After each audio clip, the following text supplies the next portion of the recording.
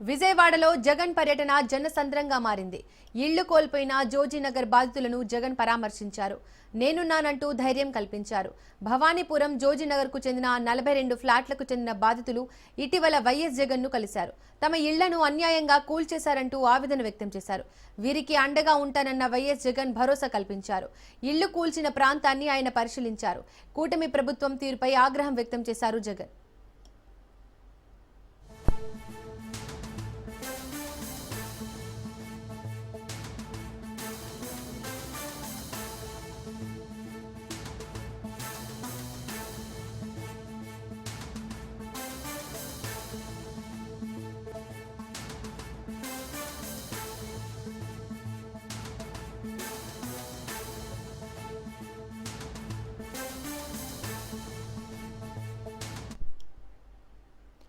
విజయవాడలో జగన్ పర్యటన జనసంద్రంగా మారింది. ఇళ్లు కోల్పోయిన జోజీనగర్ బాధితులను జగన్ పరామర్శించారు. నేనున్నానంటూ ధైర్యం కల్పించారు. భవానీపురం జోజీనగర్కు చెందిన 42 ఫ్లాట్లకు చెందిన బాధితులు ఇటీవల వైఎస్ జగన్ ను కలిశారు. తమ ఇళ్లను అన్యాయంగా కూల్చేశారంటూ ఆవేదన వ్యక్తం చేశారు. వీరికి అండగా ఉంటానని వైఎస్ జగన్ భరోసా ఇచ్చారు. ఇళ్లు కూల్చిన ప్రాంతాన్ని ఆయన పరిశీలించారు. కూటమి ప్రభుత్వం తీరుపై ఆగ్రహం వ్యక్తం చేశారు జగన్.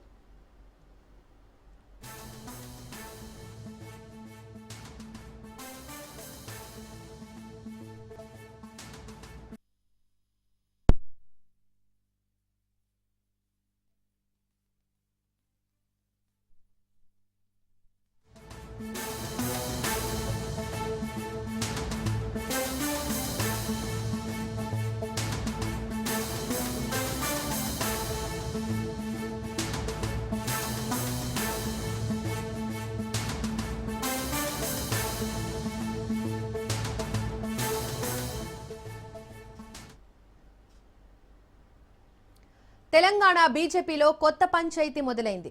లీకు వీరులపై కేంద్ర మంత్రి కిషన్ రెడ్డి ఫైర్ అయ్యారు. అంతర్గత విషయాలు బయటకు రావడంపై ఆయన ఆగ్రహం వ్యక్తం చేశారు. ప్రధాని మోడీతో భేటీ అంశాలు లీక్ కావడంపై విస్మయానికి గురయ్యారు కిషన్ రెడ్డి. లీక్ చేసిన వారిపై చర్యలు తీసుకుంటామని హెచ్చరించారు. తెలంగాణ సోషల్ మీడియాలో యాక్టివ్గా ఉండాలనే ప్రధాని మోడీ సూచనలతో రాష్ట్రంలో పార్టీని మరింత బలోపేతం చేయాలని శ్రేణులకు కేంద్ర మంత్రి పిలుపునిచ్చారు. అదేవిధంగా ప్రధానిపై రాహుల్ గాంధీ పదే పదే వ్యాఖ్యలు చేయడం సరికాదని అన్నారు. ప్రధాని మోడీ స్థాయిని తగ్గించేలా రాహుల్ వ్యాఖ్యలు ఉన్నాయని కిషన్ రెడ్డి ఆరోపించారు. అలాగే జీహెచ్ఎంసీ డీలిమిటేషన్ పై ఆయన విమర్శలు గుప్పించారు. కేవలం మజ్లిస్ కోసమే డివిజన్ల పునర్విభజన చేస్తున్నామని మండిపడ్డారు కిషన్ రెడ్డి.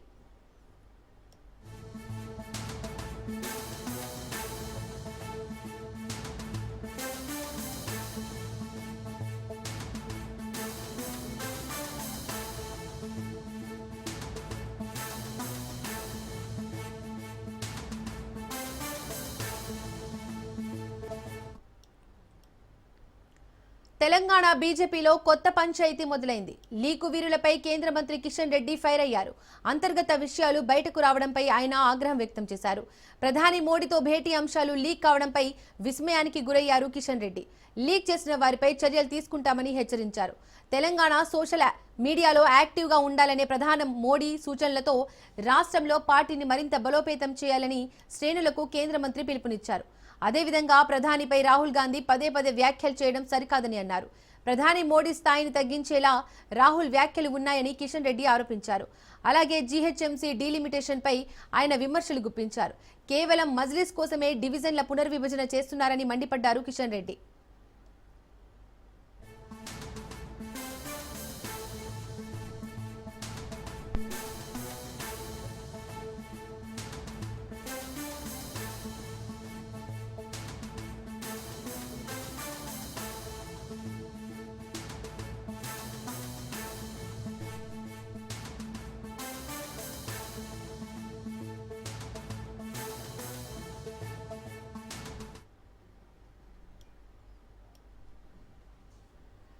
తెలంగాణ బీజేపీలో కొత్త పంచాయతీ మొదలైంది. లీకు వీరులపై కేంద్ర మంత్రి కిషన్ రెడ్డి ఫైర్ అయ్యారు. అంతర్గత విషయాలు బయటకు రావడంపై ఆయన ఆగ్రహం వ్యక్తం చేశారు.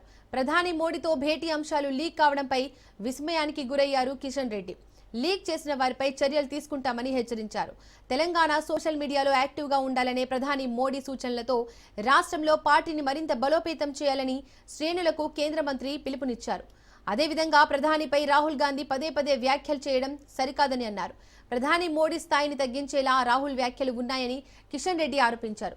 అలాగే జీహెచ్ఎంసీ డీలిమిటేషన్ పై ఆయన విమర్శలు గుప్పించారు. కేవలం మజ్లిస్ కోసమే డివిజన్ల పునర్విభజన చేస్తున్నారని మండిపడ్డారు కిషన్ రెడ్డి.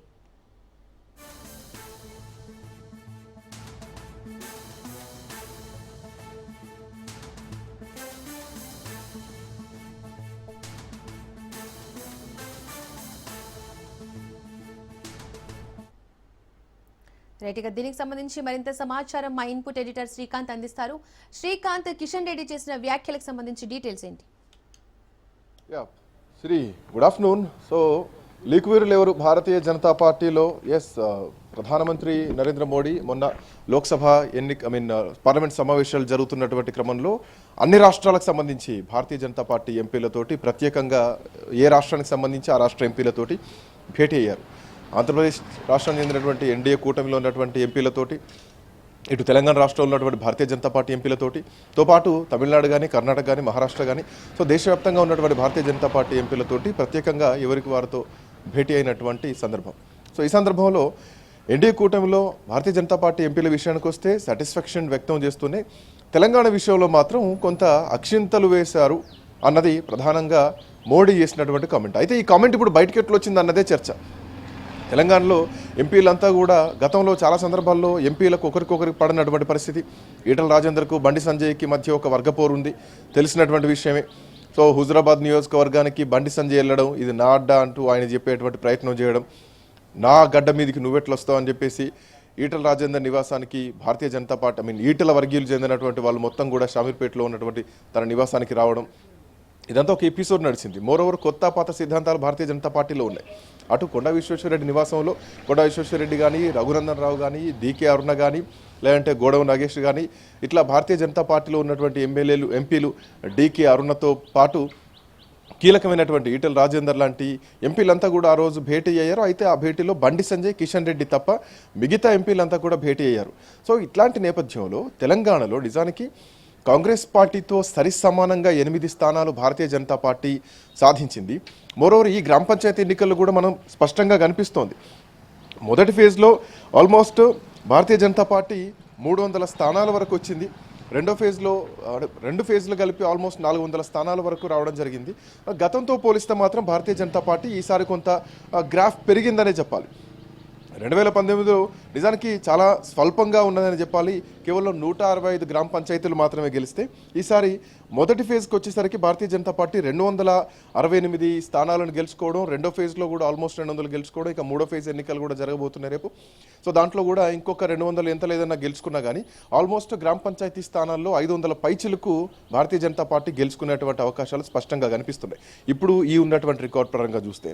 అంటే భారతీయ జనతా పార్టీకి గ్రామీణ పరంగా కూడా ఎదిగేటువంటి స్కోప్ ఉన్నా కానీ భారతీయ జనతా పార్టీ ఎంపీలు ఎందుకు పట్టించుకోవడం లేదు? ప్రధాన ప్రతిపక్షంగా ఎదిగే అవకాశం ఉన్నా కానీ ఎందుకు ఎదగలేకపోతున్నారు అంటే ప్రధానమైనటువంటి కారణం భారతీయ జనతా పార్టీలో ఎవరికి వారు యమునా తీరు అన్నటువంటి సిద్ధాంతంలో ఉంటారు. ఒకరికొకరికి పడదు, ఒకరంటే ఒకరికి పడకపోవడం. రామచంద్రరావు అధ్యక్షుడైన తర్వాత ఆయనను చాలామంది అయిష్టంగానే కలుస్తున్నారు, పెద్దగా కలిసినటువంటి నేపథ్యం కూడా లేదు. ఈవెన్ అప్రకటిత బీజేపీ ఎంపీగా బీజేపీ ఎమ్మెల్యేగా ఉన్నటువంటి పార్టీ నుంచి బహిష్కరించబడినటువంటి రాజాసింగ్ కూడా భారతీయ జనతా పార్టీ ఎమ్మెల్యేల విషయంలో చాలా కామెంట్స్ చేశారు. వీళ్ళు ప్యాకేజ్ స్టార్లు బీజేపీకి సంబంధించినటువంటి ఎమ్మెల్యేలు కానీ, ఎమ్మెల్యే అభ్యర్థులు కానీ కేసీఆర్ ఇచ్చినటువంటి ప్యాకేజీలకు అలవాటు పడి బెండ్ అయిపోయి పార్టీ ఎదగకుండా ఈరోజు మరీ అధ్వానమైనటువంటి పరిస్థితి ఉంది. అధికారంలోకి వచ్చేటువంటి పరిస్థితి ఉన్నా కానీ కోల్పోతున్నాం. సో ఇది బీజేపీ ఎమ్మెల్యేలు స్వయంకృత అపరాధమే, బీజేపీ నాయకులు చేస్తున్నటువంటి స్వయంకృత అపరాధమే అంటూ రాజాసింగ్ చాలా సంచలనమైనటువంటి కామెంట్ చేయడం జరిగింది. సో ఇవన్నీ కూడా అంటే సోషల్ మీడియాలో వైసీపీ అక్కడ ఎన్డీఏ కూటమే అధికారంలో ఉంటే కనీసం ప్రతిపక్ష హోదా కూడా లేనటువంటి వైసీపీ ఈరోజు సోషల్ మీడియాలో విరుచుకుపడుతోంది, దూకుతోంది. ఈవెన్ ఈరోజు కూడా 1 కోటి సంతకాల సేకరణ అంటూ కూడా కొడాలి నాని కానీ, వంశీ కానీ, పేరు నాని కానీ వీళ్ళంతా కూడా దూకుడుగా గ్రౌండ్లోకి వెళ్తున్నటువంటి పరిస్థితుల్లో భారతీయ జనతా పార్టీకి అవకాశం ఉన్నా ఎందుకు వాడుకోలేకపోతున్నారు? ఎందుకు ప్రజల్లోకి వెళ్ళలేకపోతున్నారు అన్నది ప్రధానంగా బీజేపీ పైన ఉన్నటువంటి రాష్ట్రంలో ఉన్నటువంటి విమర్శలు.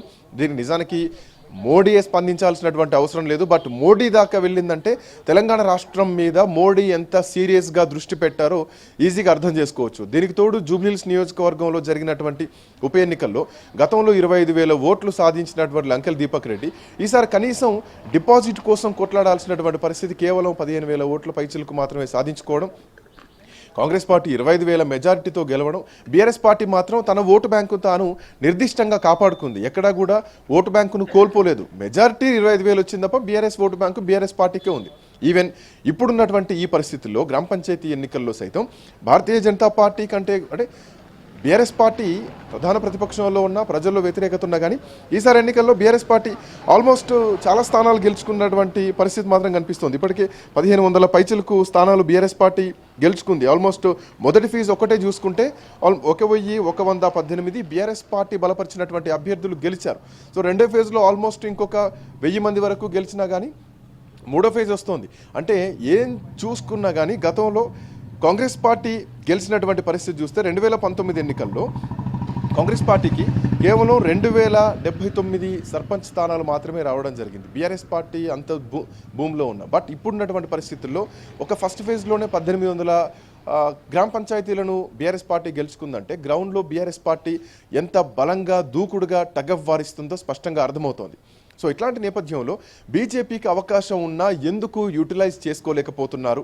సరే, ఇవన్నీ అట్లా ఉంచితే ఈరోజు కిషన్ రెడ్డి చేసినటువంటి కామెంట్స్ని కూడా ఒకసారి మనం పరిశీలిస్తే ఆ లీక్ వీరులు ఎవరో మేము కనిపెడతాం, చర్యలు తీసుకుంటాం అని మాట్లాడుతున్నారే తప్ప మోడీ మాట్లాడినటువంటి మాటలు నిజమే, ఎస్ మా పార్టీలో కొంత అసంబద్ధత ఉంది, కొంత చీలికలు ఉన్నాయన్నటువంటి మాటను మాత్రం ఒప్పుకోలేనటువంటి పరిస్థితుల్లోకి భారతీయ జనతా పార్టీ ఎంపీలు వెళ్తున్నారు. ఆ లీక్ వీరులు ఎవరో కనుక్కుంటాం, చర్యలు తీసుకుంటాం అంటే మోడీ క్లాస్ బీకింది, మోడీ అక్షింతలు వేసింది, ఇవన్నీ నిజాలే అని చెప్పేసి ఇండైరెక్ట్గా కిషన్ రెడ్డి మాటల్లో అర్థమవుతుంది. సో ఇప్పటికైనా అంటే భారతీయ జనతా పార్టీ గతంలో కేవలం 100 సర్పంచ్ స్థానాల వరకే గెలిచినటువంటి భారతీయ జనతా పార్టీ ఈసారి దరిదాపు 1000కి కనుక రీచ్ అయిందంటే ఖచ్చితంగా అది ఉన్నటువంటి స్థానిక ఎమ్మెల్యేలు 8 మంది గెలిచినటువంటి ఎమ్మెల్యేలు ఎవరైతే ఉన్నారో వాళ్ళ బలం ఉందనుకోవాలి. ఈవెన్ ఇప్పుడున్నటువంటి గ్రామ పంచాయతీ ఎన్నికల విషయంలో కూడా ఏదైతే గ్రామీణ ప్రాంతంలో కాంగ్రెస్ పార్టీ ఎక్కడైతే బలంగా ఉందో ఖమ్మం కానీ, నిజామాబాద్ కానీ, నల్లగొండ కానీ, అట్ సేమ్ టైం గద్వాల్ లాంటి జిల్లాలో మాత్రమే గ్రామీణ తెలంగాణలో కాంగ్రెస్ పార్టీ బలంగా ఉన్న చోట అభ్యర్థులు ఆ మంత్రులు బలంగా ఉన్న చోట కాంగ్రెస్ పార్టీ బలం చూపించుకుంది. ఇక సిద్దిపేట, మెదక్, హైదరాబాద్ అవుట్స్కట్స్లో ఉన్నటువంటి గ్రామ పంచాయతీలు ఏవైతే ఉన్నాయో హరీష్ రావు బలంగానే బీఆర్ఎస్ పార్టీ బలంగా ఉన్న చోట అక్కడ బీఆర్ఎస్ గెలిచింది. ఇక ఆదిలాబాద్ జిల్లా చూసుకుంటే చాలా వరకు ఇండిపెండెంట్ అభ్యర్థులే సర్పంచ్ అభ్యర్థులుగా వాళ్ళు గెలిచినటువంటి పరిస్థితి. సో ఎంతో కొంత ఎమ్మెల్యేలు బలంగా ఉన్నటువంటి చోట భారతీయ జనతా పార్టీకి సంబంధించి గ్రామ పంచాయతీ అభ్యర్థులు గెలుస్తున్నారు. ఇదే మోకాను ఇంకా కంటిన్యూ చేయాల్సినటువంటి అవసరం భారతీయ జనతా పార్టీకి ఉంది, ఎవరేమన్నా కానీ. ఈవెన్ ప్రధానమంత్రి మోడీ చేసినటువంటి కామెంట్స్ తర్వాత బీజేపీలో ఏమైనా చలనం వస్తుందా అన్నది చూడాల్సినటువంటి అవసరం ఉంది. ఎందుకంటే ఇప్పటికే భారతీయ జనతా పార్టీ రాష్ట్ర నాయకత్వం మీద చాలా కామెంట్స్ ఉన్నాయి. ఎందుకంటే కిషన్ రెడ్డి పేరుకే ఆయన కేంద్ర మంత్రిగా ఉన్న, పేరుకే రాష్ట్రంలో మాజీ అధ్యక్షుడిగా ఉన్నా కానీ రామచంద్రరావు ఆయన పెట్టినటువంటి అభ్యర్థే ఒక షాడో అధ్యక్షుడిలాగా ఆయన వ్యవహరిస్తున్నారు. ఆయన చెప్పినటువంటి డైరెక్షన్స్లోనే రామచంద్రరావు నడుస్తూ ఉంటారు. సో ఈ అధ్యక్ష ఎంపిక అనేది చాలామంది బీజేపీ నాయకులకు ఇష్టం లేదు అన్నది ప్రధానంగా ఉన్నటువంటి అంశం. బట్ ఏదేమైనా కానీ భారతీయ జనతా పార్టీ తెలంగాణలో పుంజుకోవాలంటే ఇప్పటికీ ఏకంగా మోడీయే కామెంట్ చేశారు కాబట్టి దీని తర్వాత ఎట్లాంటి రియాక్షన్స్ ఉంటాయన్నది చూడాలి. చర్యలు తీసుకుంటారా లేదంటే ఏమైనా క్రమశిక్షణ చర్యలకు భారతీయ జనతా పార్టీ పూర్తిగా సిద్ధమవుతుందా, ప్రధాన ప్రతిపక్షం కోసం ప్రయత్నాలు చేస్తుందా అన్నది చూడాలి. ఈసారి right Srikanth, thank you.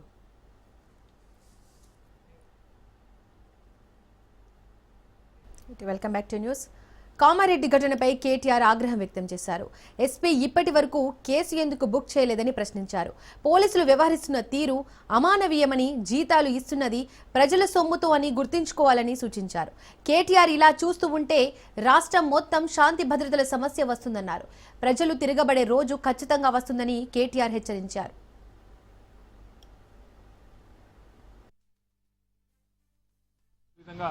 Senior అధికారులుగా ఉండే ఐపీఎస్ అధికారులకు నేను గుర్తు చేస్తా ఉన్నా. అట్లాగే పోలీస్ అధికారులు కింది స్థాయిలో ఉండేవాళ్ళు వాళ్ళకు కూడా నేను గుర్తు చేస్తా ఉన్నా. మీకు జీతం ఇస్తున్నది, మీకు జీతాలు ఇస్తున్నది ప్రజల సొమ్ముతో తప్ప కాంగ్రెస్ పార్టీ సొమ్మో, రేవంత్ రెడ్డి ఇంట్లో సొత్తో మీకు జీతం ఇవ్వట్లేదు. అదే ప్రజల ప్రాణాలు తీసే ప్రయత్నం కొంతమంది గూండాలు రౌడీలు చేస్తుంటే మీరు ఈ రకంగా చేష్టలుడిగి చేతగాని వాళ్ళలాగా చూస్తూ ఉంటే ఇది పద్ధతి కాదు.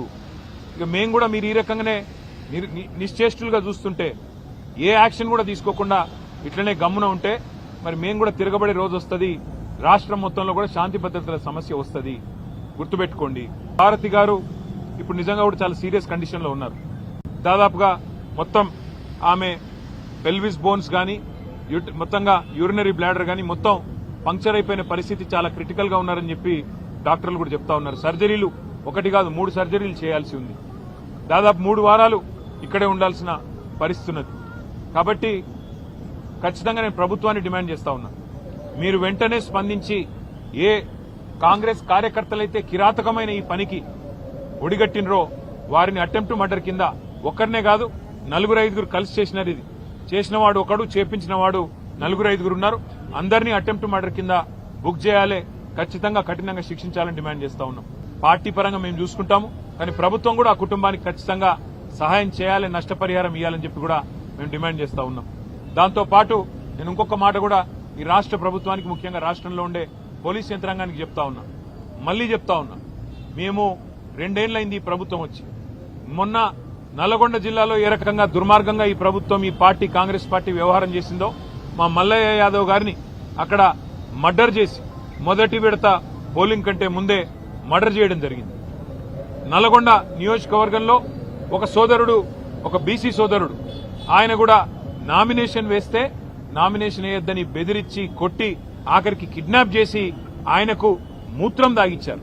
అయినా కూడా ఇంతవరకు కేసు పెట్టలేదు అక్కడ ఉండే పోలీస్ యంత్రాంగం. ఈ రకమైన అరాచకాలు ఏవైతే ఇవాళ రాష్ట్ర వ్యాప్తంగా జరుగుతున్నాయో, ఇటు కామారెడ్డి జిల్లా ఎల్లారెడ్డిలో గాని, అక్కడ సూర్యాపేట జిల్లాలో గాని, నల్లగొండ జిల్లాలో గాని, ఇవన్నీ కూడా గుర్తుపెట్టుకుంటున్నాము. ఇవన్నీ కూడా ప్రజలు కూడా గమనిస్తా ఉన్నారు. పోలీస్ యంత్రాంగాన్ని నేను మళ్లీ కోరుతున్నా, ఇప్పటికైనా స్పందించండి, మీ డ్యూటీ చేయండి.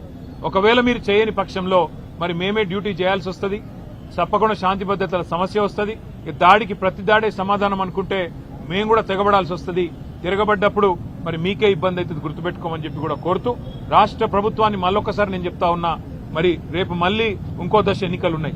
ఈ రకంగా ఆవేశాలకు లోనయ్యే విధంగా మీ కార్యకర్తలను మీరేదైతే రెచ్చగొడుతున్నారో ముఖ్యమంత్రి గారు మీ భాషతో ఇష్టం వచ్చినట్టు మాట్లాడుతూ, నోటికొచ్చిన దూషణలు మాట్లాడుతూ, ఇది మంచిది కాదు ప్రజాస్వామ్యంలో. ఇకనైనా సవరించుకోండి, లేకపోతే జరగబోయే పరిణామాలకు మీరే బాధ్యత వహించాల్సి ఉంటుందని చెబుతూ, భారతి గారి కుటుంబానికి, అదేవిధంగా గాయపడ్డ మిగతా కుటుంబాలకు కూడా వైద్య ఖర్చులు మొత్తం పార్టీ నుండే మేమే భరిస్తాము. తప్పకుండా ప్రతి కార్యకర్తకు కూడా పార్టీ అండగా ఉంటుందని చెప్పి కూడా మరొక మాట చెబుతూ అట్లాగే మా నాయకులు, కార్యకర్తలకు కూడా నా విజ్ఞప్తి, నా ప్రార్థన, దయచేసి మీరు సంయమనం పాటించండి.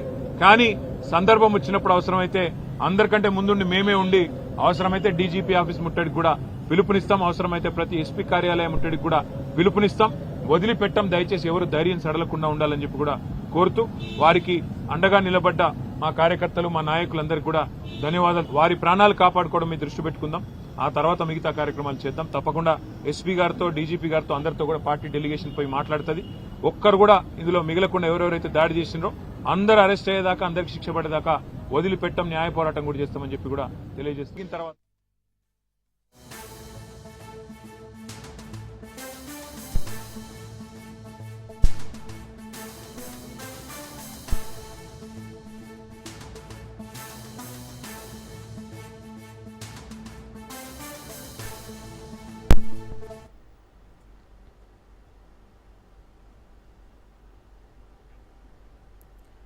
కొట్టింది ఎవరు, కొట్టమని చెప్పింది ఎవరు, అసలేం జరిగింది? AP deputy speaker Raghuramakrishnamraju custodial torture కేసులో ట్విస్ట్ నెలకొంది. ఒక్కొక్కటిగా అప్పటి పెద్దల ఆదేశాలు బయటకొస్తున్నాయి. మాజీ సీఎం జగన్ ఆదేశాలతోనే 3rd డిగ్రీ ప్రయోగించారా? వైసీపీ లీడర్లు చెప్పడంతోనే ఆర్ఆర్ఆర్ను కొట్టారా? రఘురామను చంపేయడానికి ప్లాన్ జరిగిందా అనే ప్రశ్నలకు సమాధానాలు వినిపిస్తున్నాయి. ఐపీఎస్ సునీల్ కుమార్ విచారణలో విస్తుపోయే నిజాలు బయటపడ్డాయి. సునీల్ కుమార్ ను ఐపీఎస్ దామోదర్ విచారించారు. గుంటూరు వైద్యాధికారిని ప్రభావతి తప్పుడు నివేదిక ఇచ్చారా? రఘురామరాజు శరీరంపై గాయాలు నిజమేనా అనే కోణంలో ప్రశ్నలు సంధించారు.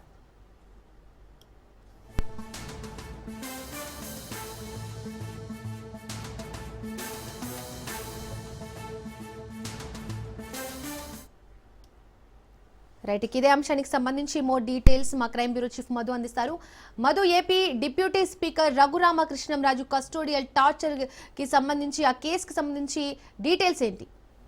రఘురామకృష్ణంరాజు ఎంపీగా ఉన్నటువంటి సమయంలో ఆయన మీద జరిగినటువంటి అటాక్ ఏదైతే ఉందో దానికి సంబంధించి పూర్తిగా కూడా విచారణ జరిపి నిజానిజాలు బయటికి తీయాలంటూ కూడా రఘురామకృష్ణంరాజు ఇచ్చినటువంటి ఫిర్యాదు ఏదైతే ఉందో ఆ ఫిర్యాదులో A1గా ఉన్నటువంటి పివి సునీల్ కుమార్ని అధికారులు అయితే ఏపీ పోలీసులు అందులోనూ ఎస్పీ దామోదర్ విచారించారు.